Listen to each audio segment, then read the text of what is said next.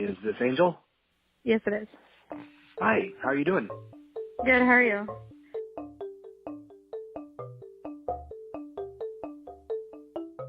What got you to respond to my ad? I was just looking through Craigslist and curious about trying to find people to go hiking with and just finding more ways to connect with people. And I came across yours and I was curious about it. And so I'm in a place right now where I feel pretty comfortable with sharing where I'm at in my situation. So I gave it a chance and responded.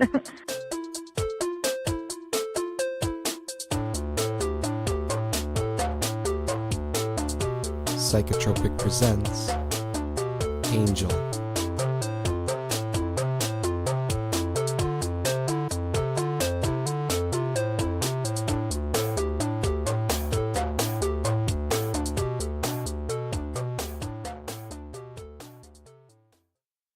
Well, I'm newly in recovery, so I'm a single mom of 4 boys. My 3 youngest just recently moved to South Dakota to live with their dad. I got involved with CPS, and due to the circumstances, they are living in South Dakota now. My situation, I'm involved in family treatment court, and they are the ones that kind of have guided me through my recovery and helped me get my treatment and introduced me to meetings and NA and sobriety, basically. So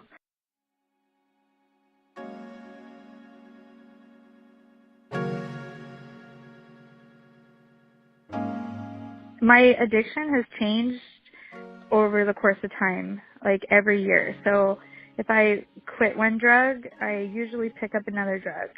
So it went from pain pills to heroin to meth to alcohol. I have been sober from alcohol since February, from methamphetamines January, and from heroin 2015. Right now, I feel like I have a great support system. I have my family involved now, which they weren't always, but they are a great part of my support system. And I have actually a team of people, and I feel like my recovery is going really well. I'm actually really excited to, get more involved and find new friends. And basically my lifestyle change is amazing right now. So yeah, I just hope to share my, strength and hope to other people as well.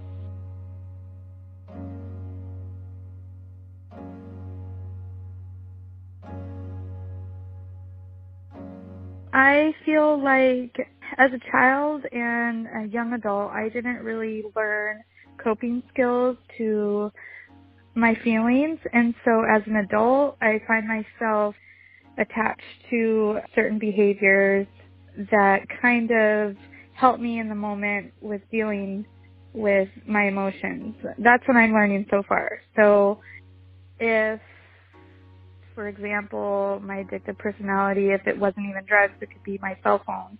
And usually it means, like, if I spend the majority of my time on my cell phone, usually means I'm trying to avoid something in my real life, which is not a really good coping skill. So, especially if it's something that I really like, I could see myself getting obsessed with it. Why do you attribute that to childhood?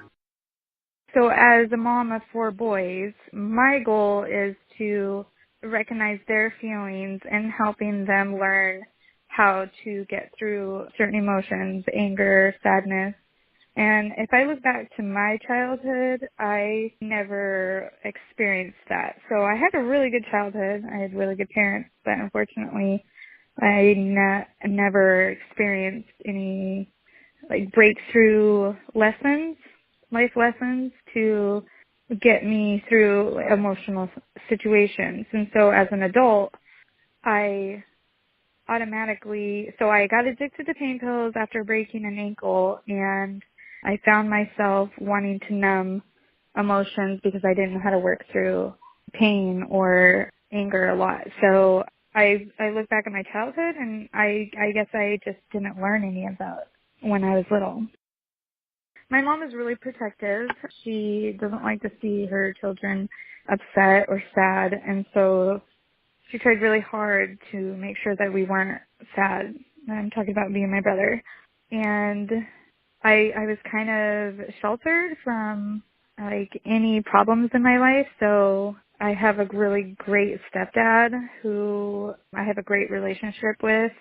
I could always communicate feelings, and he always had a lot of encouragement and positive feedback for me. My mom, she just was really good at sheltering me from any trauma. So like, let's say there was a kid bullying me at school, and I just remember going to her being really sad, and she always took care of the problem. She took care of a lot of my problems, but I just didn't understand that it was going to affect me later in life. Can you describe your childhood a little bit? It was nothing but sports. Soccer and softball.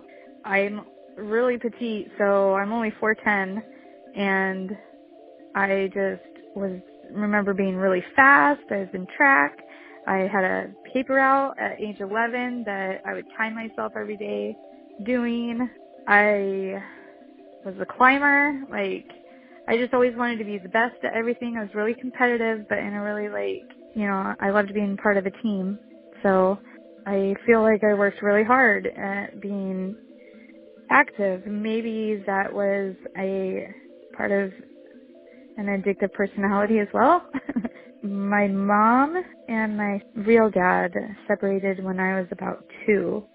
And my real dad is actually a meth addict today and has been using drugs since I was little. I don't really remember him too much. He was in my life in and out, but I had a really good stepdad, so he filled a lot of the void. And I don't remember having too many emotional feelings around my real dad. What was your first drug experience? Marijuana, 13. I've always been really curious about things I'm not supposed to be doing. And so my mom used to tell me if I drank, smoked, or had sex, my pacemaker would blow up. I think she just did it to scare me. Like, that was just, I don't know. So I guess 11 is when I had a cigarette, so that would be the first drug. And I remember smoking, and nothing happened to me, and I was like, it's on. Like, I'm going to do everything I can now that I'm not supposed to do. I also hung out with older people, and I lived in low income at the time, so there were kids of all ages around me, and I always hung out with the older crowd. And I started learning about marijuana and really, really wanted to try it. So I did, and I missed 14 houses on my paper route that day.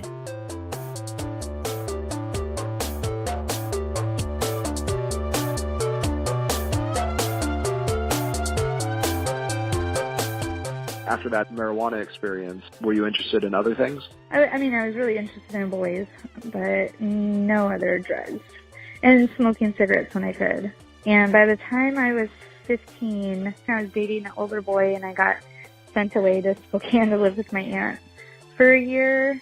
But the experience ended up teaching me a lot. While I was there, I found a friend who, her and her dad smoked marijuana, so I was getting high like all the time. And I didn't look at it as a negative thing either.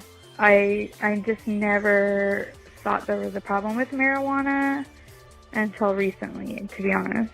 So part of my program now, I have to identify marijuana as a drug and a mind-altering substance. And so, but to be honest, marijuana was never an issue, I felt like.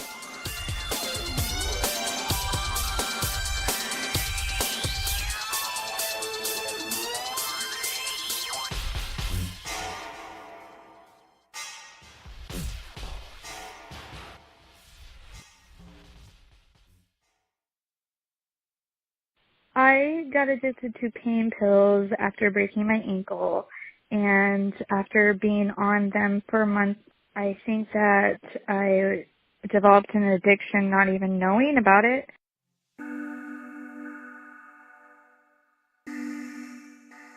I felt like they gave me energy, they helped me get through my workday, because at the end of the day, my ankle was always in pain. And that's, of course, because I didn't let it heal right. It also made me feel like very powerful. I felt invincible almost, like I could do anything and never get tired. And then I had some traumatic things happen. I had my kid's dad.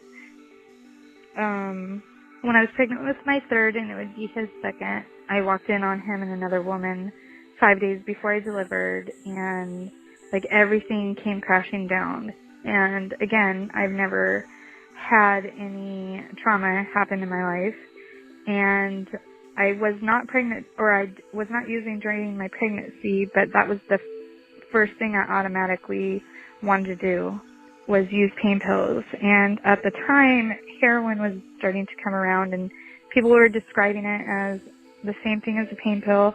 But I was so exhausted from my emotions, and I just wanted to get through my work day, and throughout, through the rest of my day, that's all I could think about was pain pills. And I just decided to try heroin, and within a couple weeks, I was physically addicted to it. And it did help me numb things temporarily, and I thought that was amazing. Like, I didn't have to feel anything for a little while. It was like surreal. It was amazing to not feel as sad as I knew that I should have been. Can you describe the first time you remember getting high on pills?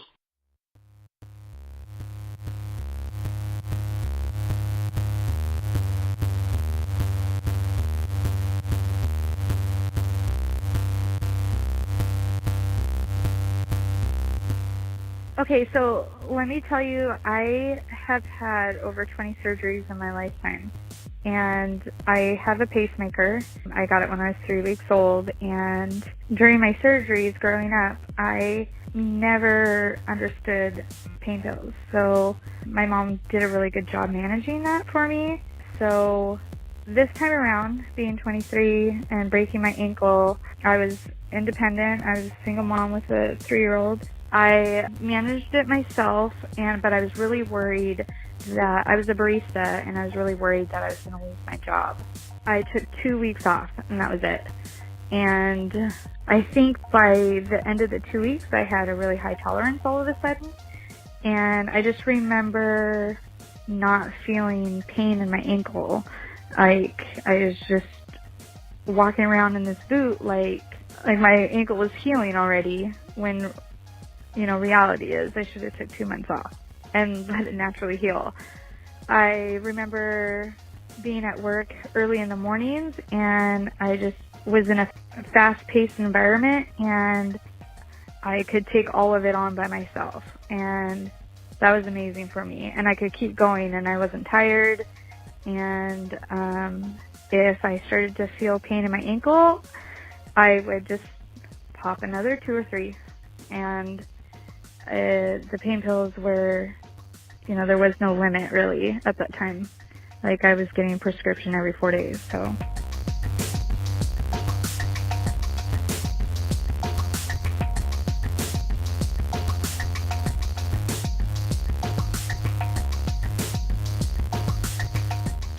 How long were you using pills and heroin before you started realizing it was a problem?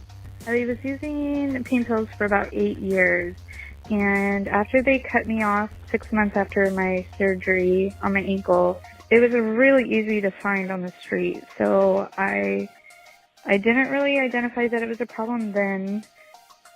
It wasn't until people started getting cut off on prescriptions and it was harder to find did I feel like maybe I had a problem.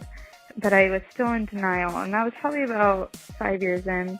I started using heroin in 2012, and it became a problem right away.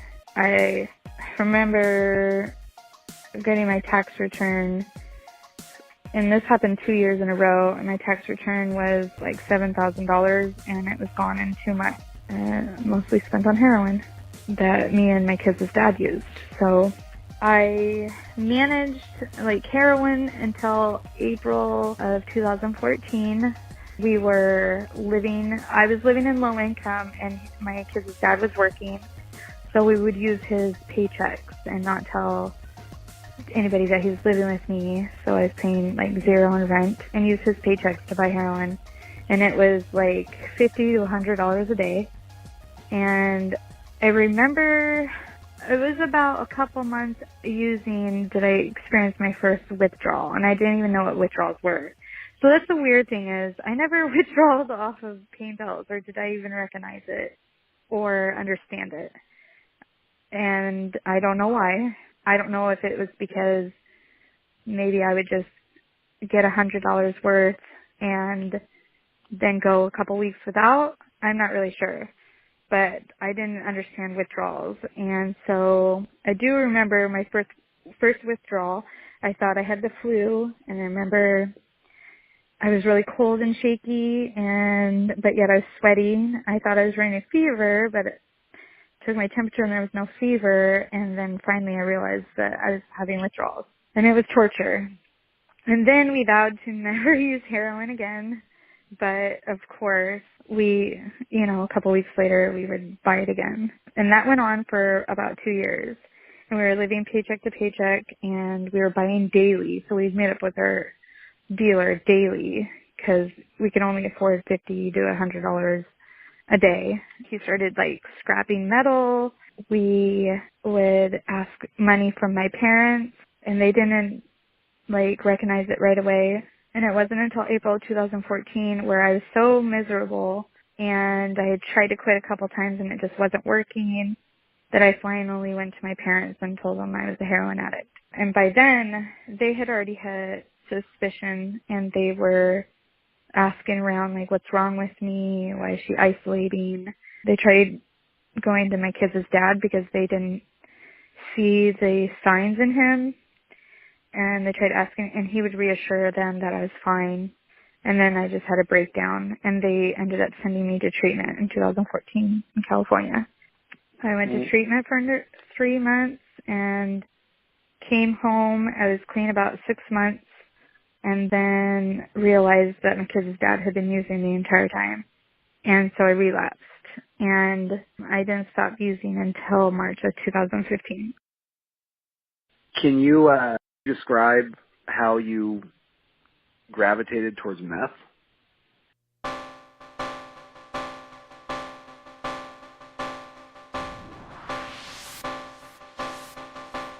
It was something that I had done it a few times, like a couple times in the past in my early 20s, and didn't really understand it. Maybe I didn't do enough or something, but a lot of people were using it with the heroin.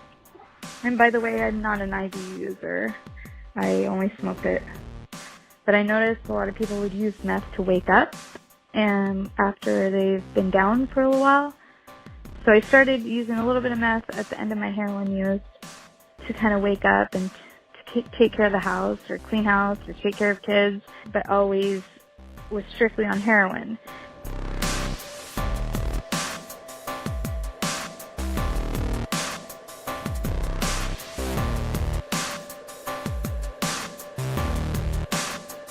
So another part of my story is I got on methadone 2015. That's how I got off heroin. And so I was on methadone for a year, and I was clean. Only did the methadone treatment. I went to the clinic daily, but when I started withdrawing off of the methadone, so after a year and a half of being on it, I did not want to be on methadone anymore. I thought it was torture. Felt trapped. I felt like it was no different than heroin. I was surrounded by people who did not want to get off of it. It was just an environment that was just as miserable. So the withdrawals off the methadone kept me down for a couple weeks, and I had a neighbor who had meth available, and along with alcohol, I just got a little bit, and then I got a little bit more, And then the next thing you know it, I was doing it daily. Yeah, at first I used it to try to ease the withdrawal pain, like the pain from it, and then it just turned into full-blown using meth and alcohol. So I would use a little bit of meth in the morning, and this is now going on 2016 after I withdrawals from methadone, and I would use a little bit of meth in the morning, and then I would drink at night to go to sleep, because I knew if I didn't go to sleep, then I'd start getting crazy. I just got really weird. Like, I started getting paranoid and stopped eating, that kind of thing. Meth psychosis, like, I'd been in it a couple times, and it was not a good experience. My kids probably saw a really scary person. Like, I was just frantically cleaning the house and thought people were outside and, yeah, spying on me. So, Your kids were around while you were using them? yes. And actually, so my 4-year-old, I was pregnant and used all the way up until I was 7 months. Heroin. Did everything turn out all right with him? Yeah. Thankfully, he doesn't show any signs. I don't know if there's any long-term damages, but so far he's excelling. And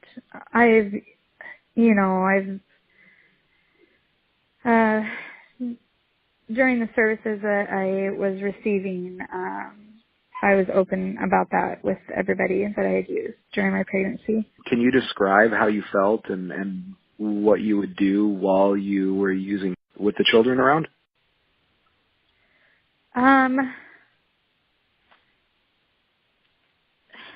Let me see.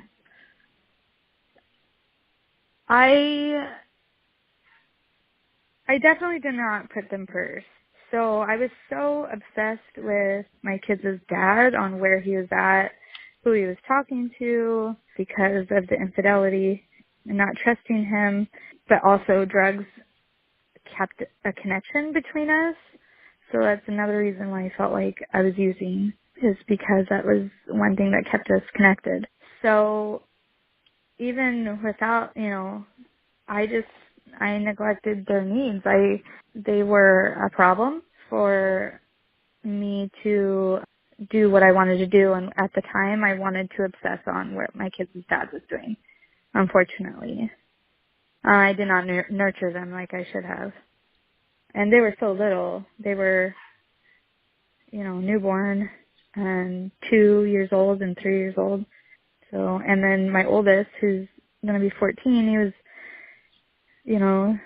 6 and 7, 8 years old, and he went from being a really active child with this great imagination to really reserved and like introverted now.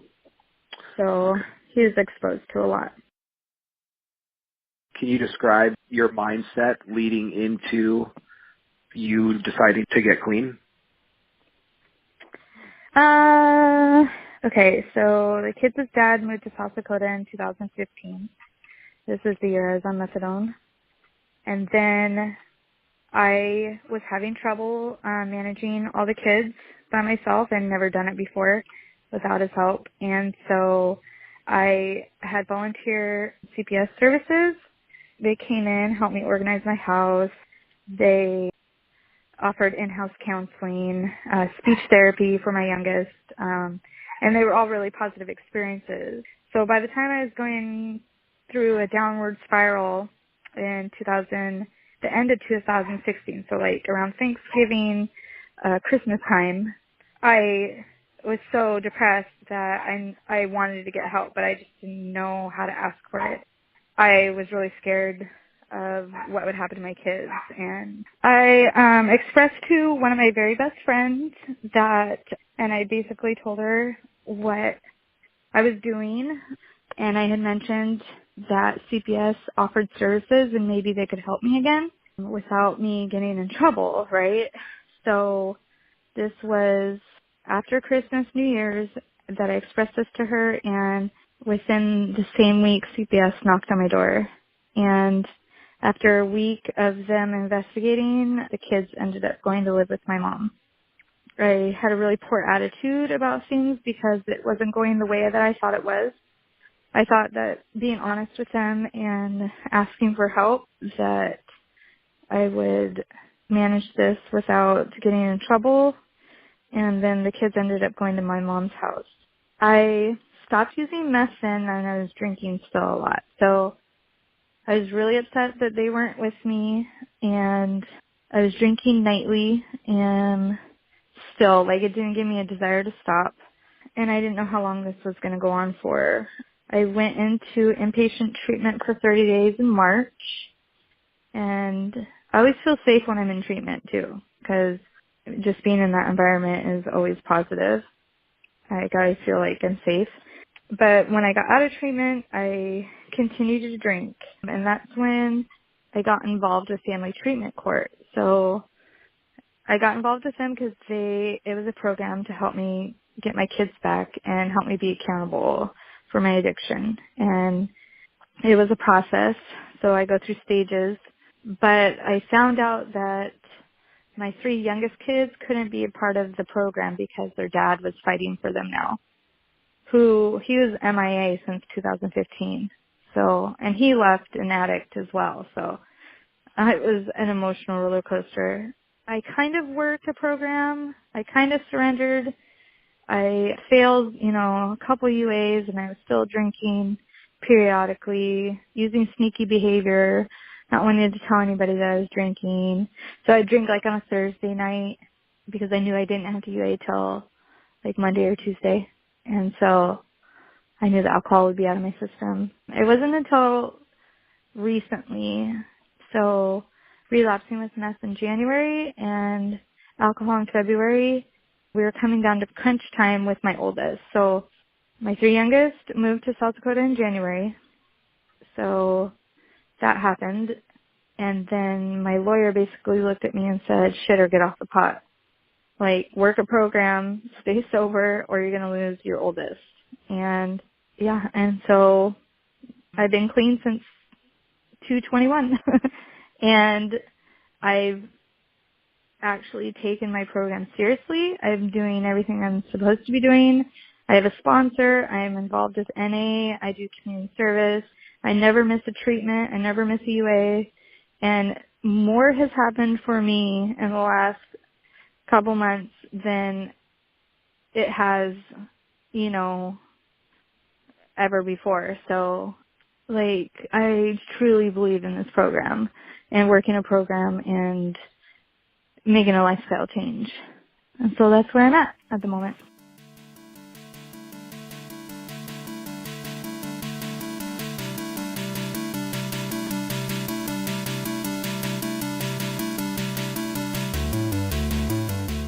I just have gone through so much. I'm just so happy to be in a place right now where there's healing and growth, and that makes me like the better angel, because I honestly felt so immature, and I was codependent, codependent on my parents a little bit, and then I grew codependent on my kid's dad.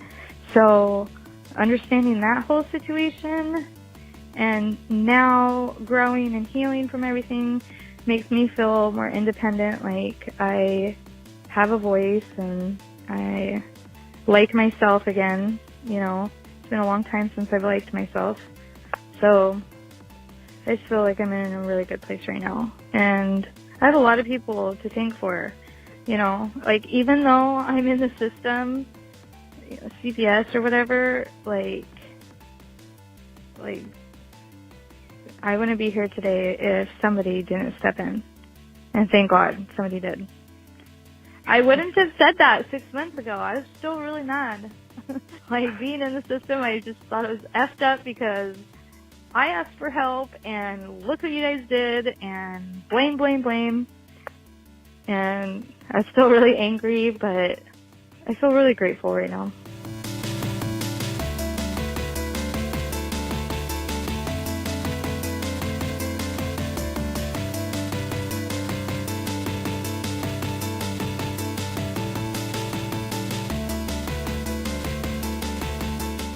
Can you describe the difference between your lifestyle then and your lifestyle now? My lifestyle then was choose the easy road and do what was easiest and take advantage of, the system because I was a mom. So work under the table. I did not want to do any hard work. I also did not look at myself as someone who had any flaws. I really felt like my opinions and my decisions were the right way, and I was really closed-minded. So now to see it at a different perspective and have a different mindset feels good. Like, I don't feel so immature anymore. So there for a little bit, I was like, why do I feel like I'm not maturing? But I don't feel so much like that anymore. I definitely feel like hard work pays off. I feel like in being open-minded and mindful of other people. So that's the one thing that I really enjoy most right now is helping other people, like service work.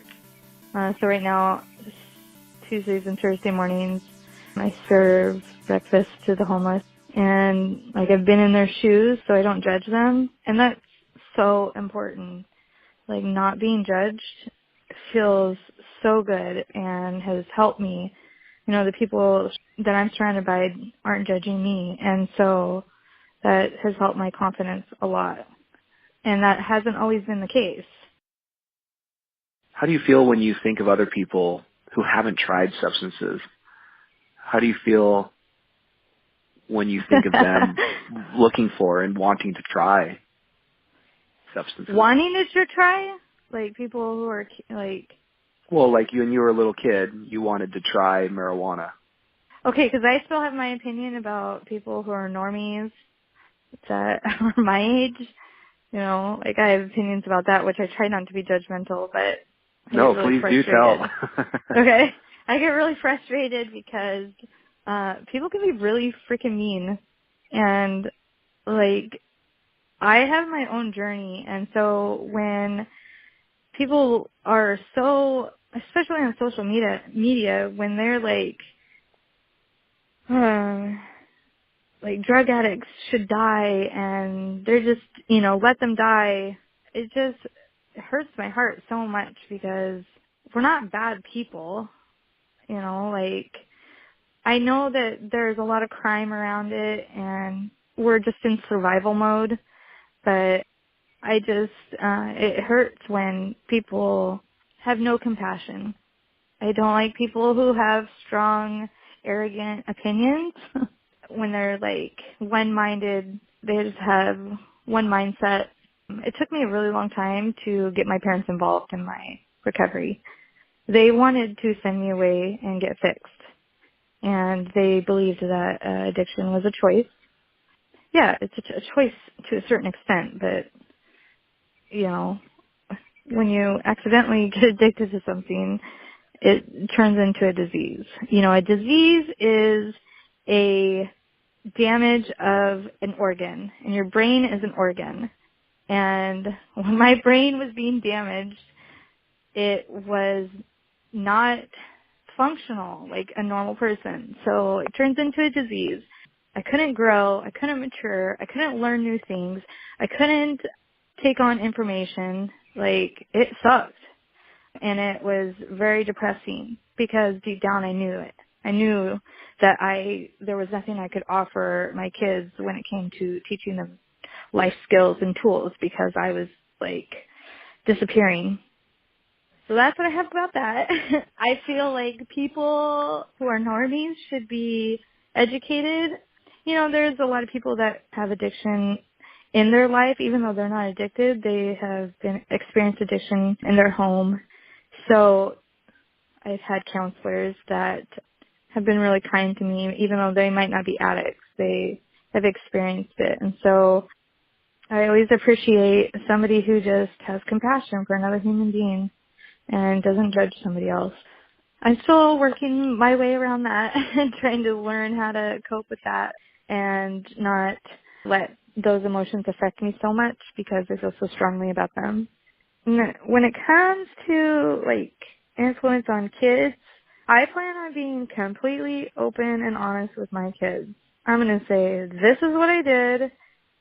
This is how it effed me up. Like, this is how depressing it was. This is where it took me. It was torture. Like, I just plan to just keep talking about it. Like, I think it really bothered me because my mother, she didn't share that kind of stuff with me. And so I never felt like I could go to her and talk to her about anything, sex, drugs, nothing. So with my boys, I hope that they have enough information by the time that they get to that point of wanting, where they're around it or offered it, any kind of alcohol or drugs, that they have enough information. Of course, I can't stop them, but I can, I don't know, just right now I can just be their role model, I guess, as somebody in recovery, like maybe explaining my darkest place to where I'm at right now and how hard of a work, it's such hard work, and it doesn't have to be like that. So my 13-year-old's going to be 14, and he's obviously been exposed to a lot. He is a gamer, so he isolates himself. He doesn't really hang out socially with any friends right now. But he knows everything that's going on. Like, I tell him everything. I tell him when I relapsed. I tell him, this is what's going to happen. Here are my consequences, good or bad. And he listens. He hasn't really shared his opinion about it much lately, but at least I know he's listening. Do the two of you have a good relationship? Yes. So I just moved into my parents' house in February to kind of get stable. So I just had my own apartment. Unfortunately, I was isolating, which was part of my relapses, is when I isolate. I'm not involving myself in my program or working a program. So I made the decision to move into my parents after 17 years of not living with them. It was really scary, but it's worked out really well. He lives here, and it was like when I moved in, he opened up. Like, he doesn't talk to me much, but he hangs out with me. So he doesn't really talk to my parents. But I will go in and play foosball with him and game with him a little bit. I take him where I need to go. I take him to meetings sometimes. So at first, when I just started taking him to meetings, he thought the people in the rooms were all on drugs. He was really confused, and I had to explain to him, no. These people are healing and recovering. So I like that he listens to people when we go to meetings as well. He never says no to them, so we bond. But I am at the point right now where I'm doing so much internal work on myself, like mental health. I have a chemical dependency counselor. I have group 2 days a week. I'm doing MRT, which is moral recognition therapy. It's for people who usually get out of prison, but it's been amazing doing that therapy. I Seeking Safety, which is a program that focuses on PTSD and addiction and how they relate to each other. So a lot of the times I have to remember, he needs my attention right now. So I am thankful for my parents for providing a roof over our heads and food in our mouths, but I try to make at least one day out of the week where I take them to the movies, just one-on-one attention for now. I can't wait till, it's more than that, but I think he understands what I can offer so far.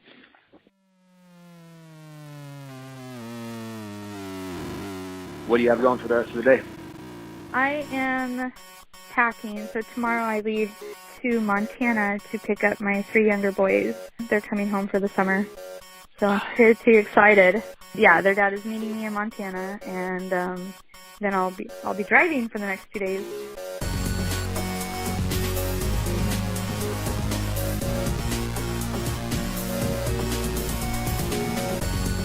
This episode was produced by me, Philip Johnson. Music was written, produced, and generously donated by VoxMod. Look for his music on Spotify, iTunes, and voxmod.com.